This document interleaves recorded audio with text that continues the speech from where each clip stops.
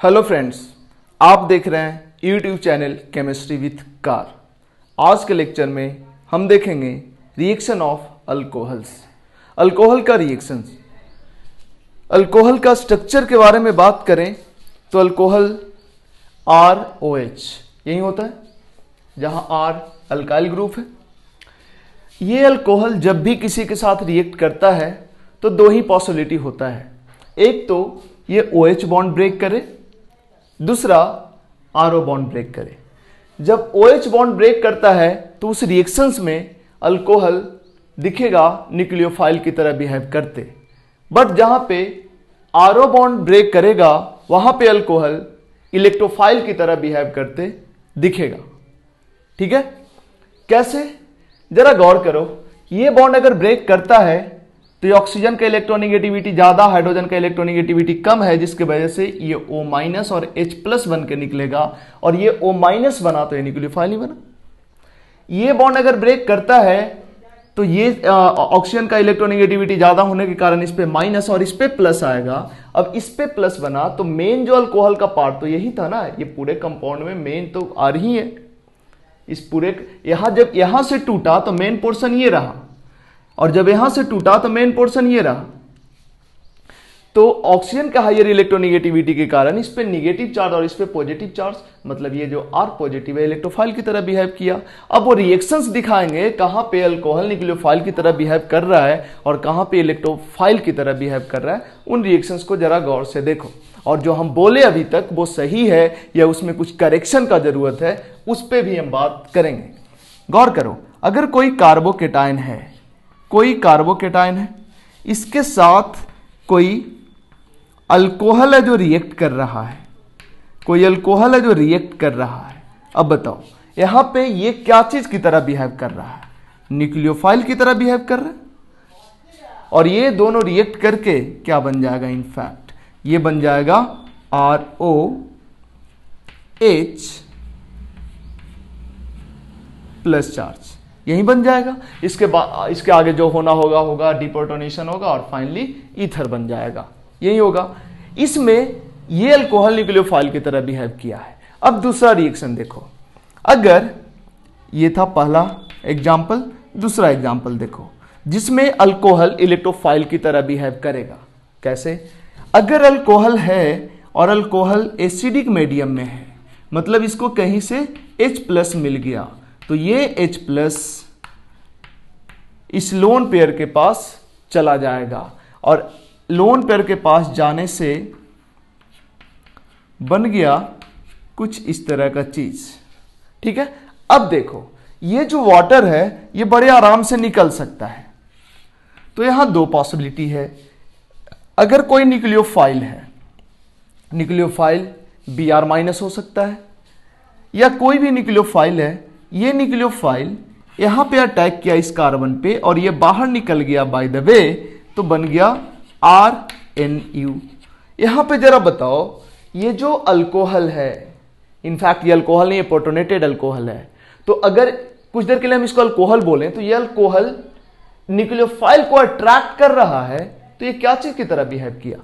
Electrophile की तरह behave किया, मतलब अल्कोहल इलेक्ट्रोफाइल की तरह बिहेव कर रहा है यहां पे, मतलब अल्कोहल एसिडिक मीडियम में इलेक्ट्रोफाइल की तरह बिहेव करेगा।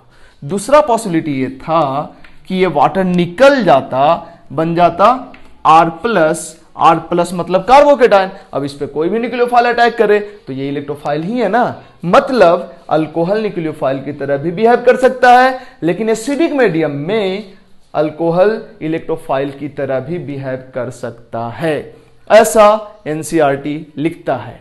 बट मेरा मानना इससे थोड़ा अलग है। हमसे अगर कोई सवाल करे कि बताओ अल्कोहल न्यूक्लियोफाइल है या इलेक्ट्रोफाइल है, तो हम बोलेंगे न्यूक्लियोफाइल, क्योंकि यहां साफ दिख रहा है अल्कोहल न्यूक्लियोफाइल है। लेकिन यहां पे भी तो दिख रहा है कि अल्कोहल इलेक्ट्रोफाइल है, यहां नहीं दिख रहा अल्कोहल इलेक्ट्रोफाइल है। गौर करो, इलेक्ट्रोफाइल की तरह अल्कोहल बिहेव नहीं किया, यहां पे इलेक्ट्रोफाइल की तरह ये बिहेव किया है। इसको अल्कोहल नहीं बोलेंगे, हम प्रोटोनेटेड अल्कोहल बोलेंगे। तो प्रोटोनेटेड अल्कोहल इलेक्ट्रोफाइल की तरह बिहेव कर सकता है, अल्कोहल इलेक्ट्रोफाइल की तरह बिहेव नहीं करेगा। या ये हम बोल सकते हैं कि अल्कोहल एसिडिक मीडियम में इलेक्ट्रोफाइल की तरह बिहेव करेगा, है ना। तो एनसीईआरटी लिखता है कि अल्कोहल इलेक्ट्रोफाइल की तरह भी बिहेव कर सकता है, न्यूक्लियोफाइल की तरह भी बिहेव कर सकता है। और जब न्यूक्लियोफाइल की तरह बिहेव कर सकता है उसका एग्जांपल में इसको दिखा है, और जब इलेक्ट्रोफाइल की तरह बिहेव कर सकता है उसके एग्जांपल में इसको दिखा है। बट यहाँ पे हम थोड़ा सा एनसीईआरटी से अलग हमको लगता है कि हाँ ये बोलना चाहिए कि प्रोटोनेटेड अल्कोहल इलेक्ट्रोफाइल की तरह बिहेव करेगा, अल्कोहल न्यूक्लियोफाइल की तरह बिहेव करेगा। ठीक है, तो जो एनसीईआरटी कहना चाहता है और जो हम कहना चाहते हैं थोड़ा सा एक दूसरे से कंट्राडिक्ट करता है, बट फिर भी एग्जाम में जिस तरह से भी पूछा जाए देख लेना तुमको क्या आंसर करना है। अगर एनसीईआरटी में क्लियर कट लिखा है कि अल्कोहल इलेक्ट्रोफाइल की भी तरह बिहेव कर सकता है, न्यूक्लियोफाइल की तरह भी बिहेव कर सकता है, ये एग्जाम्पल दिया है न्यूक्लियोफाइल की तरह बिहेव करेगा इसके सपोर्ट में, और ये एग्जाम्पल दिया है इलेक्ट्रोफाइल की तरह बिहेव करेगा उसके सपोर्ट में। ठीक है, बट मेरा मानना है कि अल्कोहल न्यूक्लियोफाइल की तरह बिहेव करेगा। अगर इलेक्ट्रोफाइल की तरह बिहेव कराने की बात करें तो हमको बोलना पड़ेगा कि प्रोटोनेटेड अल्कोहल है तो वो इलेक्ट्रोफाइल की तरह बिहेव कर सकता है, या ये बोलें कि एसिडिक मीडियम में अल्कोहल इलेक्ट्रोफाइल की तरह बिहेव करेगा। हालांकि यहां भी इनडायरेक्टली हम ये बोल रहे हैं एसिडिक मीडियम में अल्कोहल है ही नहीं, वो प्रोटोनेटेड फॉर्म में है, तो इनडायरेक्टली तो यही हुआ कि प्रोटोनेटेड अल्कोहल इलेक्ट्रोफाइल की तरह बिहेव कर सकता है। सही बोले तो एनसीईआरटी में सब कुछ सही नहीं होता है, कुछ गलत भी होता है, कई ऐसे स्टेटमेंट्स है जो गलत है, तो यहां भी हमको कुछ वैसा ही लगता है। बट फिर भी यहां पे बहुत ज्यादा गलत हम नहीं एनसीईआरटी को बोलेंगे, वो बस यही बोल रहा है ना कि अल्कोहल इलेक्ट्रोफाइल की तरह बिहेव कर रहा है, तो एसिडिक मीडियम में तो कर ही रहा है। ये अलग बात है कि हमको उसको बोलना चाहिए था प्रोटोनेटेड अल्कोहल, बट ठीक है इतना चलता है। ठीक है, तो इसके बाद आते हैं हम reaction with active metal. Alcohol का रिएक्शन एक्टिव मेटल के साथ। एक्टिव मेटल किसको बोल रहे हैं? उन मेटल को बोल रहे हैं जो ज्यादा रिएक्टिव होते हैं, जैसे ग्रुप 1 का एलिमेंट, ग्रुप 2 का एलिमेंट, एल्युमिनियम। तो ग्रुप 1, ग्रुप 2 और एल्युमिनियम के साथ कैसा रिएक्शन होता है अल्कोहल का, उसको हम देखेंगे। इसको हम हटाते हैं।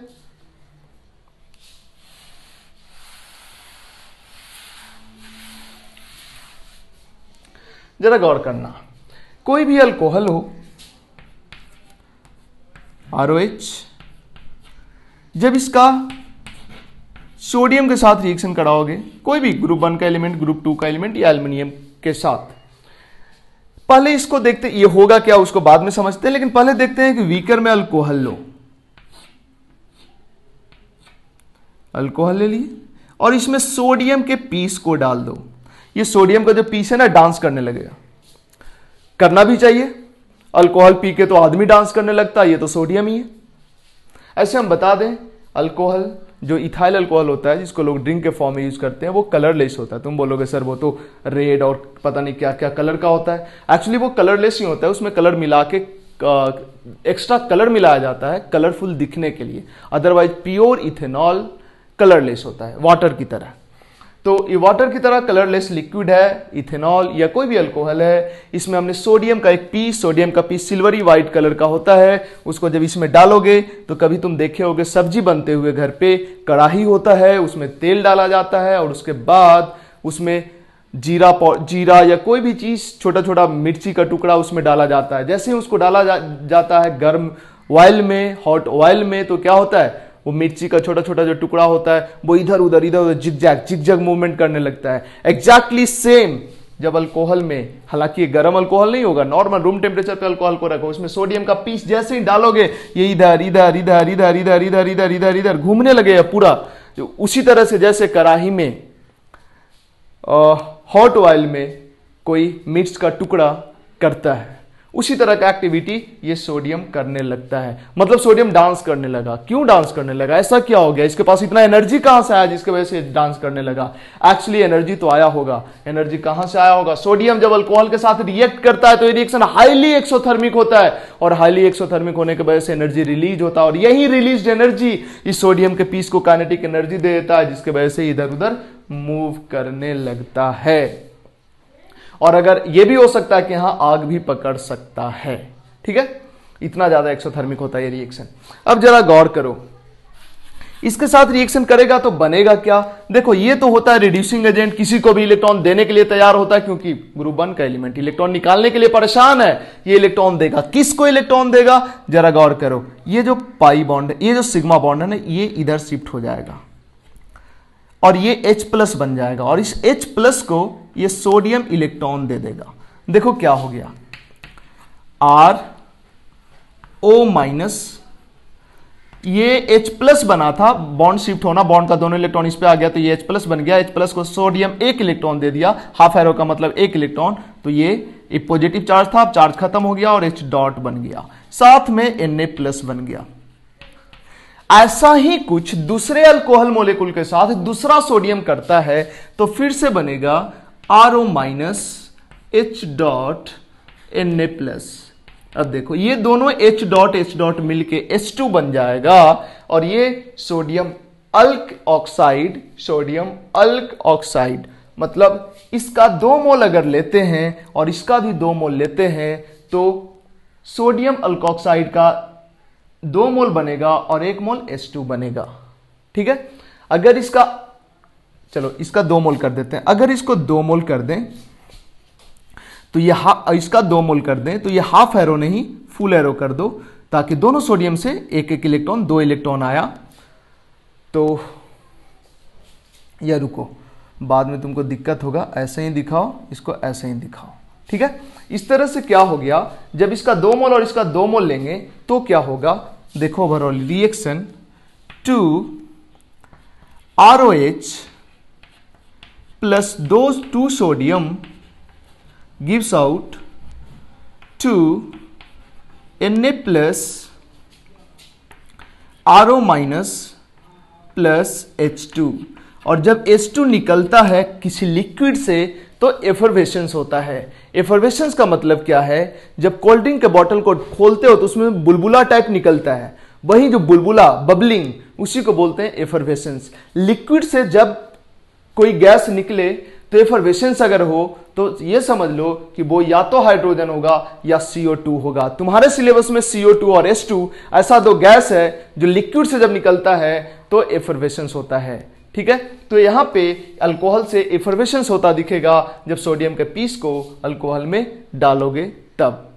ठीक है, तो हालांकि CO2 भी निकलता है तो एफरवेसेंस होता है, बट यहाँ पे हाइड्रोजन निकल रहा है। हाइड्रोजन और CO2 दोनों ऐसा गैस है जो लिक्विड से जब निकलता है तो एफरवेसेंस होता है। कोल्ड ड्रिंक के बॉटल से H2 नहीं निकलता, CO2 निकलता है।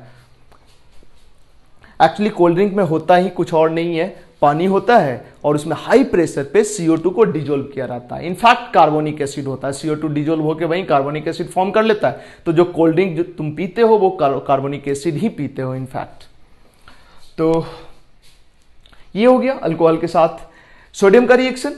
सिमिलरली अल्कोहल कोई और ले लो और एल्युमिनियम ले लो, सेम रिएक्शन होगा। एल्युमिनियम इलेक्ट्रॉन डोनेट करेगा, बट सोडियम 1 इलेक्ट्रॉन डोनेट किया था, एक सोडियम 1 इलेक्ट्रॉन डोनेट किया था, बट यहां पे एक एल्युमिनियम 3 इलेक्ट्रॉन डोनेट करेगा। और एल्युमिनियम इलेक्ट्रॉन डोनेट किसको करेगा? H+ को, तो हाइड्रोजन लिबरेट होगा और ये O- बन जाएगा, सोडियम का अल्कोक्साइड बन जाएगा। अल्कोक्साइड क्यों बोलते हैं? देखो इसको बोलते हैं अल्क, अल्क मतलब एल्केन ऑक्साइड, एल्केन ऑक्साइड, तो ये सोडियम अल्कोक्साइड है। अगर ये R CH3 होता तो बोलते सोडियम मिथ ऑक्साइड।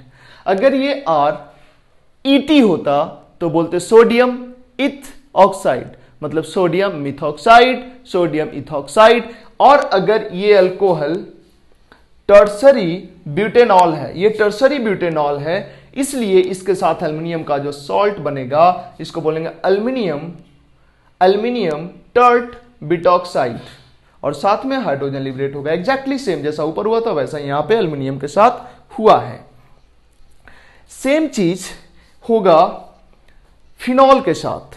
फिनॉल के साथ जब सोडियम का रिएक्शन करा होगा, सेम सोडियम इलेक्ट्रॉन निकालेगा और देगा H को, H डॉट बन जाएगा, Na+ बन गया, फिनॉक्साइड बन गया। इसी तरह से दूसरा सोडियम 1 इलेक्ट्रॉन निकाल के दूसरे फिनॉल मोलेकुल को देगा तो वहां पे फिर H डॉट बनेगा, फिनॉक्साइड बनेगा, Na+ बनेगा। 2 सोडियम 2 फिनॉल के साथ रिएक्शन करके 1 मोल H2 2 मोल सोडियम फिनॉक्साइड बनाएगा। 1 मोल H2 2 मोल सोडियम फिनॉक्साइड बनाएगा। बट यहां 1 मोल सोडियम फिनॉक्साइड और आधा मोल H2 बना है, इसलिए क्योंकि ये दोनों का 1-1 मोल लिए हैं। अगर इसका और इसका 2-2 मोल लेते तो ये 2 मोल बनता और ये 1 मोल बनता। एग्जैक्टली सेम टाइप का रिएक्शन जैसा कि इसके साथ हमने कराया है। ठीक है, अब इसके बाद बढ़ते हैं थोड़ा आगे, इसको हटाते हैं।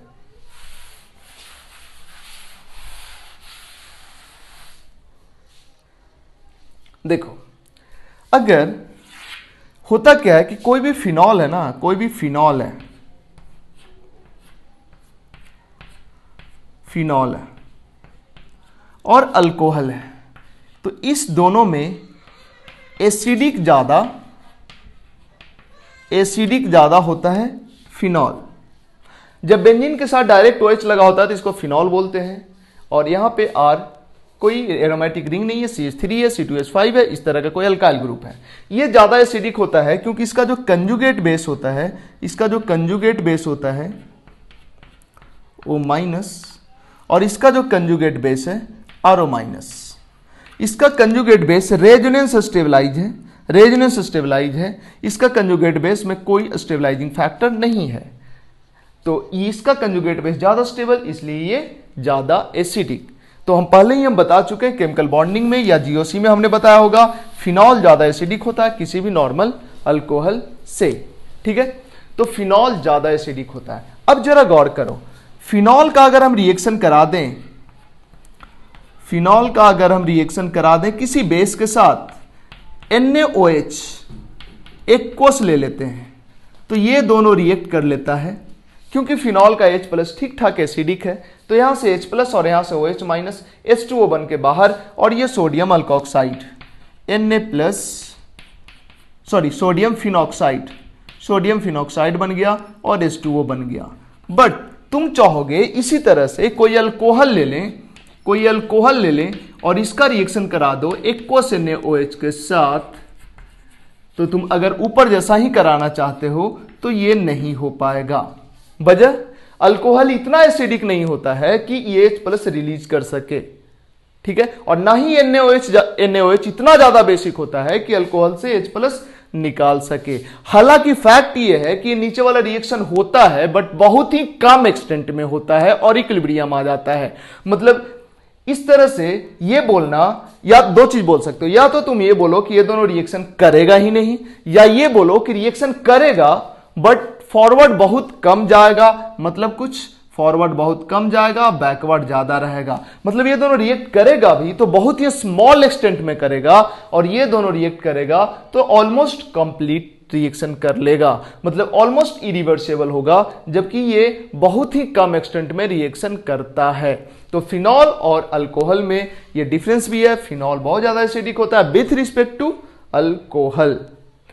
ठीक है, अगर गौर करो तो यहां हमने फिनॉल का पीके वैल्यू लिखा है, इथेनॉल का पीके वैल्यू लिखा। इथेनॉल एक अल्कोहल है और ये फिनॉल है, तो फिनॉल का पीके वैल्यू 10, इथेनॉल का पीके वैल्यू 15.9, 16 के आसपास, जो कि 10 से बहुत ज्यादा है। पीके का ज्यादा होना मतलब एसिडिक कम होना से होता है, मतलब फिनॉल इससे ज्यादा एसिडिक है। लॉजिक से भी हमने एक्सप्लेन कर दिया है। इसको जरूर याद रखोगे कि NaOH एक्वस के साथ फिनॉल का रिएक्शन होता है, ना कि अल्कोहल का रिएक्शन होता है, और अल्कोहल का होता भी है तो बहुत कम एक्सटेंट में होता है। बट ये जरूर ध्यान देना कि एक्टिव मेटल के साथ अल्कोहल भी रिएक्शन करता है, फिनॉल भी रिएक्शन करता है, और सिमिलर फैशन में करता है। ठीक है, तो ये था रिएक्शन विथ एक्टिव मेटल। इसके बाद बढ़ते हैं थोड़ा आगे। एनसीईआरटी में एक टेबल दिया हुआ है ये, तो इस टेबल को समझते हैं क्या है। हालांकि जाने अनजाने गैस इसमें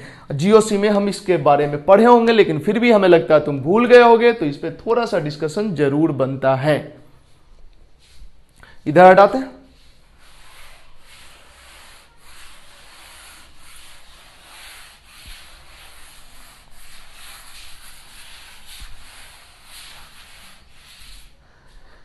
सबसे पहले अगर बात करें, ये फिनॉल है तो ये तो ज्यादा एसिडिक होगा इथेनॉल से, क्योंकि अल्कोहल है, अल्कोहल से ज्यादा फिनॉल एसिडिक। ठीक है, फिनॉल से ज्यादा नाइट्रोफिनॉल नाइट्रोफिनॉल नाइट्रोफिनॉल एसिडिक, क्योंकि नाइट्रो ग्रुप इलेक्ट्रॉन विड्रॉइंग होता है, तो जब बेंजीन में कोई इलेक्ट्रॉन विड्रॉइंग ग्रुप लगेगा तो इसके कंजुगेट बेस को स्टेबलाइज करेगा।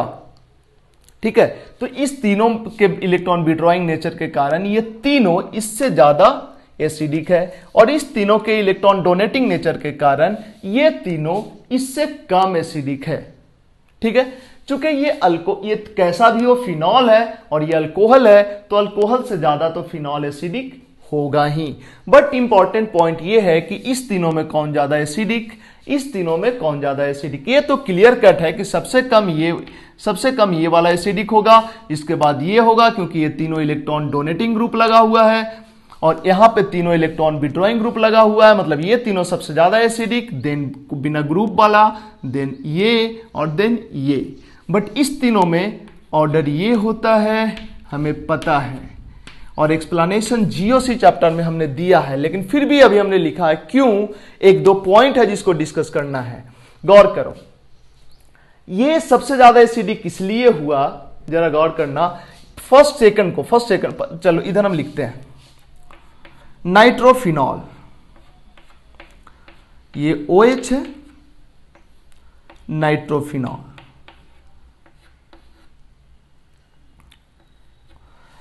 इसमें और ऑर्थो वाले में, ये दोनों में कौन ज्यादा एसिडिक, OH और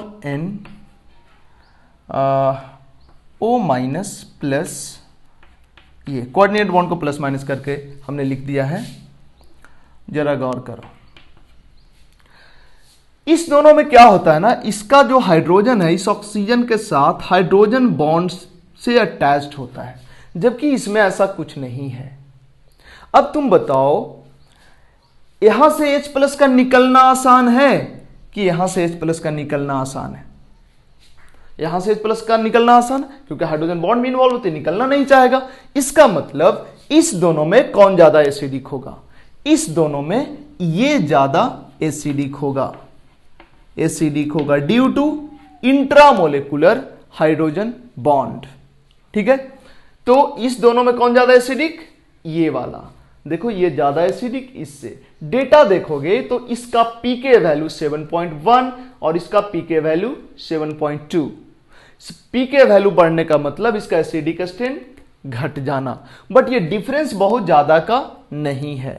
इसके बाद मेटा पे जब NO2 होता है तो इसका एसिडिक स्ट्रेंथ और कम होता है, वजह क्योंकि यहां से जब H+ निकालोगे तो निगेटिव चार्ज रेजोनेंस करेगा, लेकिन NO2 उस रेजोनेंस में इन्वॉल्व नहीं होगा, यहां पे निगेटिव चार्ज आएगा ही नहीं, यहां पे आएगा ही नहीं, तो उसको NO2 -R से स्टेबलाइज नहीं कर पाएगा। जबकि ये दोनों जगह से जब H+ निकलता है तो यहां पे भी निगेटिव चार्ज आता है रेजोनेंस करते हुए, यहां से H+ निकालो निगेटिव चार्ज रेजोनेंस करते हुए यहां पे आएगा, यहां से H+ निकालो निगेटिव चार्ज रेजोनेंस करते हुए यहां पे आएगा, जिसको ये NO2 -R से स्टेबलाइज करेगा, ये NO2 -R से स्टेबलाइज करेगा।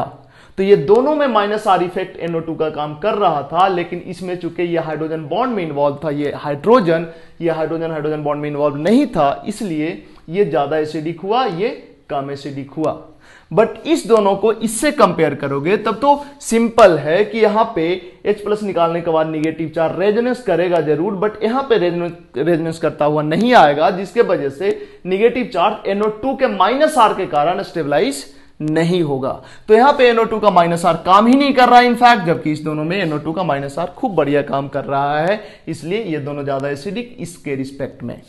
बट इस NO2 का -I तो काम कर रहा है, चूंकि इसका -I काम कर रहा है, -I से इसके कंजुगेट बेस H+ निकाल दोगे तो निगेटिव चार्ज को इसका -I स्टेबलाइज करेगा, जबकि यहां कोई स्टेबलाइजिंग फैक्टर नहीं है, तो इसके रिस्पेक्ट में इसका कंजुगेट बेस तो कुछ ज्यादा स्टेबल होगा।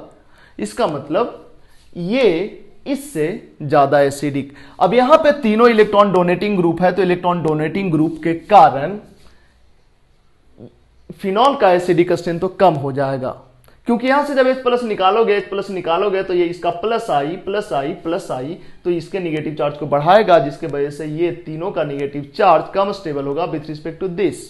इसका मतलब ये ज्यादा एसिडिक इन तीनों के रिस्पेक्ट में।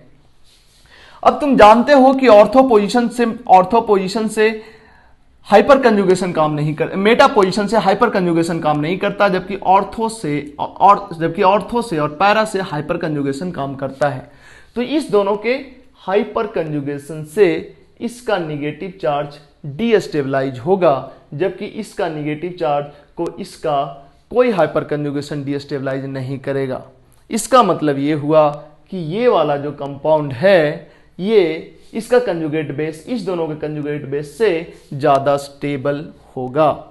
इसका मतलब ये ज्यादा एसिडिक होगा इस दोनों के रिस्पेक्ट में। अब इस दोनों को अगर कंपेयर करो तो हाइपर कंजुगेशन तो दोनों करेगा, हाइपर कंजुगेशन से दोनों का निगेटिव चार्ज डीस्टेबलाइज होगा H प्लस निकलने के बाद, लेकिन इसका प्लस आई भी है, इसका भी प्लस आई है, और इसका प्लस आई दूर से काम कर रहा है, इसका प्लस आई नजदीक से काम कर रहा है। इसका मतलब इसका जो कंजुगेट बेस होगा उसको ये ज्यादा डीस्टेबलाइज करेगा, ये कम डीस्टेबलाइज करेगा। इसका मतलब ये ज्यादा एसिडिक और ये कम एसिडिक हुआ। और ये दोनों में तो ये नॉर्मल अल्कोहल है और फिनॉल है, तो फिनॉल तो ज्यादा एसिडिक होगा ही।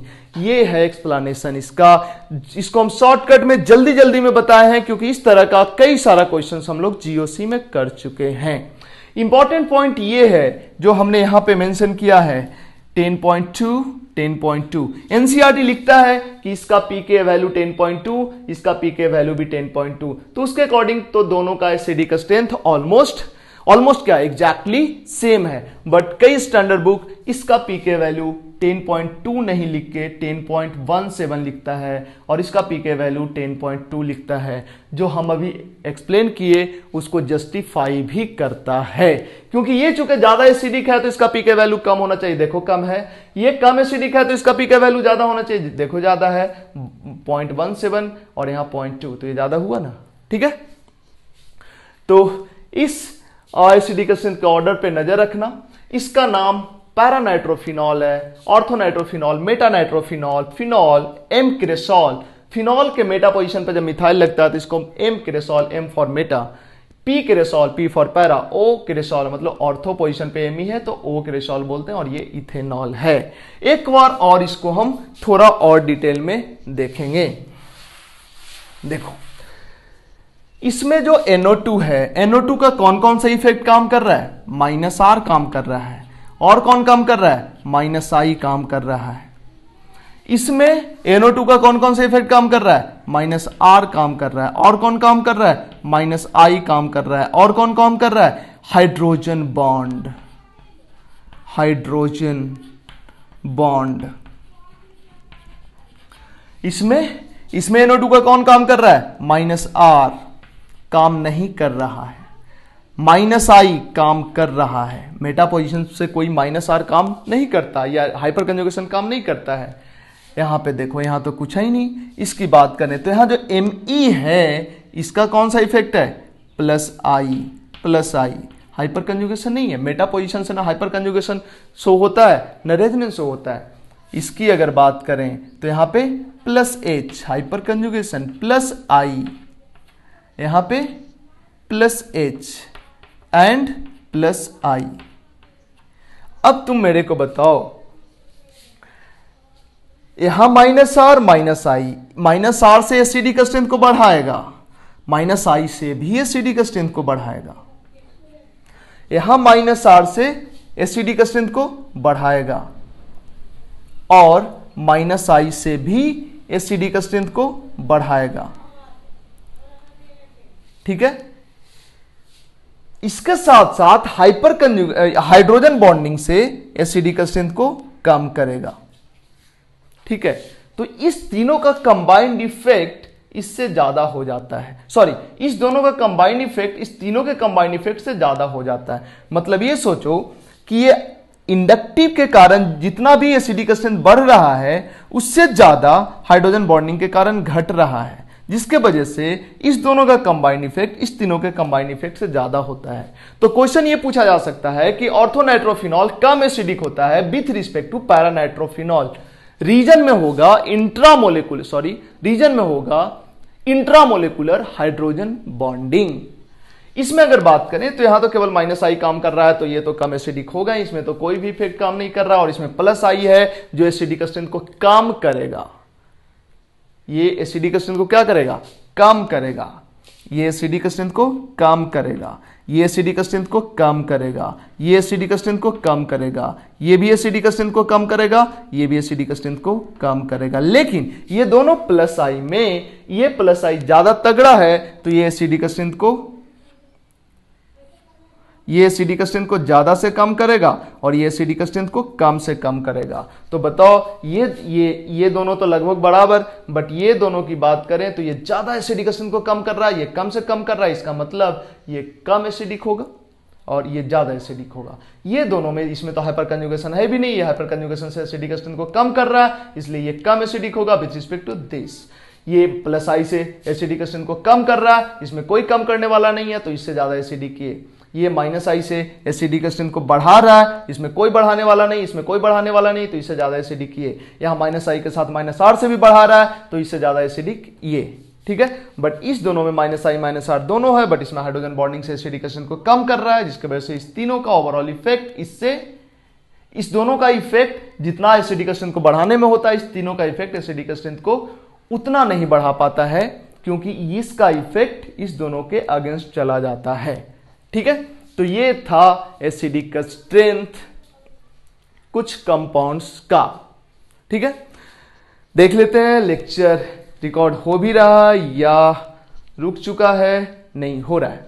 ठीक है, इसको इस कंपैरिजन को हमने थोड़ा फास्ट किया है, वजह ये था क्योंकि इस तरह का कई सारा क्वेश्चंस हम जीओसी में कर चुके, कई सारा क्वेश्चंस। ऑफ कोर्स जो स्टूडेंट्स मेरे को यूट्यूब पे फॉलो करते हैं उनके लिए तो हमने अभी तक नहीं पढ़ा है, क्योंकि जीओसी हम यूट्यूब पे नहीं पढ़ा है, जीओसी हमने ऑफलाइन लेक्चर में पढ़ाया है, तो आगे कभी मौका मिला तो यूट्यूब पे भी हम पढ़ा देंगे। ठीक है, फिलहाल जिन बच्चों को हम ऑफलाइन में पढ़ाते हैं तो उन लोगों को तो हमने पढ़ाया था जीओसी डिटेल में, उसमें ऐसा कई सारा क्वेश्चंस किया था। तो अभी के लिए इतना ही, नेक्स्ट लेक्चर में हम मिलेंगे रिएक्शन ऑफ अल्कोहल लेके। हालांकि अभी हमने एक ही लेक्चर देखा है रिएक्शन ऑफ अल्कोहल का एक्टिव मेटल के साथ रिएक्शन। अगले लेक्चर में देखेंगे कोई और रिएक्शन। मिलते हैं नेक्स्ट लेक्चर में, अभी के लिए इतना ही। Thank you.